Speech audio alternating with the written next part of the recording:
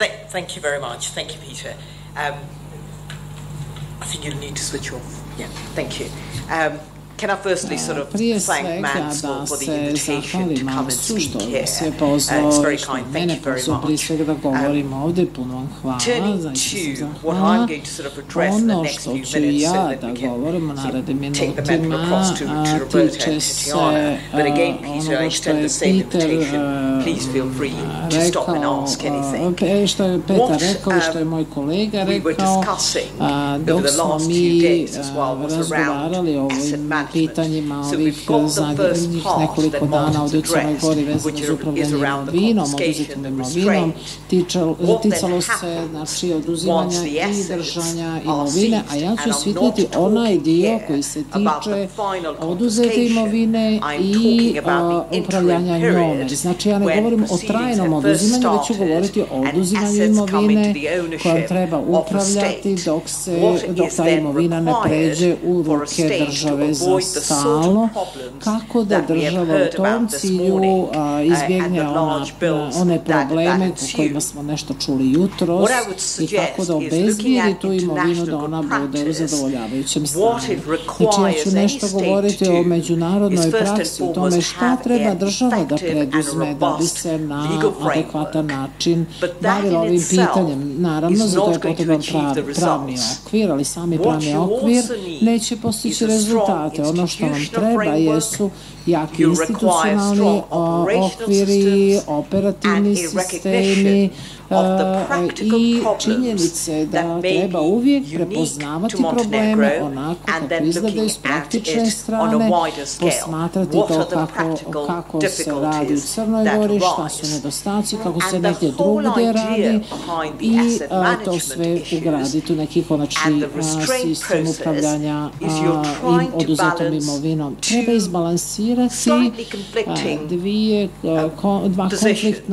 You're trying to ensure that the state has assets at the end of the day that it can then enforce by way of confiscation order in the event a person is convicted or there's a civil forfeiture order made, if that is available. Contrast that with the rights and the reasonableness on the defendant, who should be entitled to reasonable expenses and be able to lead their life in that period as well. Because we cannot assume simply because a restraint order is made, guilt is attached.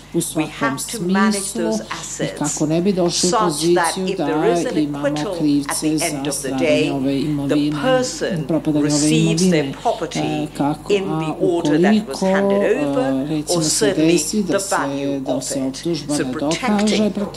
Yes? Just give me a moment. Da li taj pristup o kome govorite obezbjeđujemo na način, evo imali smo priliku to da vidimo, case study, tako što je privremeno oduzeta imovina bila data na raspolaganje licima povezanim sa osobom koja je bila predmet toga. Govorim konkretno o slučaju Kalić i slučaju Šarić, dva crnogorska kingpina koja je živjela oslobađajuću presudu, da ne govorimo po svim procenama nerealno uvećanoj cijeni imovine, odnosno procjeni, koja je danas osnov za milionske tužbe protiv države Crne Gore, odnosno njenih građana iz čijih se džepova plaća i plaćat će se.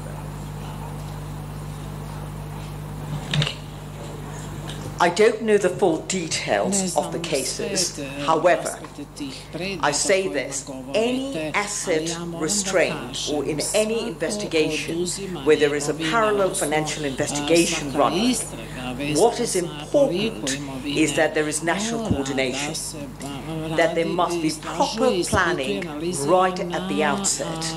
So, if you are looking at an asset, for instance, it's an ongoing concern, it's an ongoing business, it's a complex asset, one shouldn't run to make an order for seizure without this prior planning. Because unless there is proper planning, it does raise this sort of risks. And to give an example from the UK, when the Proceeds of Crime law was introduced in 2002, the UK set up the Asset Recovery Agency, regrettably without any feasibility study, without understanding what this body is going to do, other than say, we're going to recover assets and we're going to manage them. Well, what a disaster that was. Within 5 years, the agency had actually spent 65 million, but only recovered 23 million. This required the National Audit Office to step in and say, this cannot continue. So that agency was then disbanded, and it was set within the Serious and Organised Crime Agency. So the big message is it doesn't always mean that there is something untoward that is happening in the prosecution agencies. It doesn't necessarily mean that there are some malicious intents going on or unprofessionalism. Sometimes assets are difficult to manage. It's recognizing that at the outset. So for that reason alone, the whole imperative now, certainly in the UK and elsewhere, is you plan at the outset. Identify what are those assets. Is it a complex asset or is it a straightforward freezing of an account? What is it that we are looking at? And what skills do we need? And do we have those skills? Do we have the institutions to manage those? So you could have, for instance, again, Montenegro would probably have to review its position around the public administration entity that's been created. I know Mans has done a very detailed legal analysis of the framework, so I won't address that in detail. Safe to say this, I think it needs revisiting. What you need also from the institutional side is, what is this institution going to do?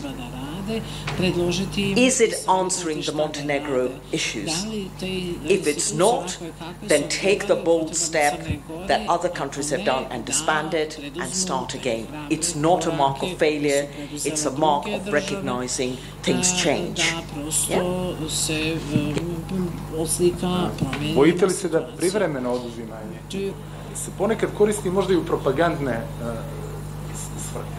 Budući da mi imamo slučajeva koji daju osnov za takvo pitanje. Imovina je oduzeta, a sa druge strane se vrlo malo uradilo na profesionalnim optužnicama, koje je kasnije samo pravosuđe proglasilo vrlo falično. Dakle, da li je ponekad privremeno oduzimanje imovine i PR alatke pravosuđe, posebno tužilaštvo? I koliko je to štetno po društvu i sistemu? Okay. Can I say at the outset, it comes back to that planning. And it's not just in Montenegro. I've come across this numerous times.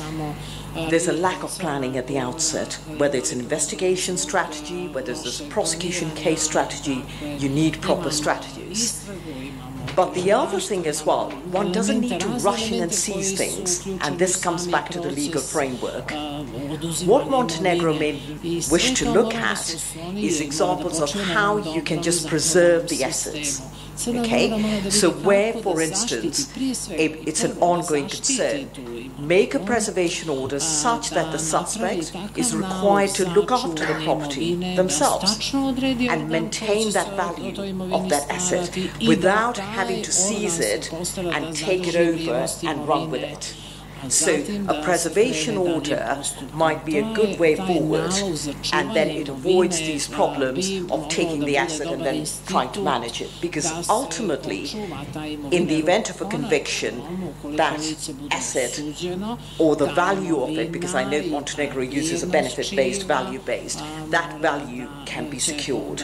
So there isn't a need to go in and say we're going to take the business and then we're going to try and run it when we may not have the skill. Yeah? Okay. Does that answer your? Vještina da radimo i poslujemo sa njom, a treba odrediti interes države.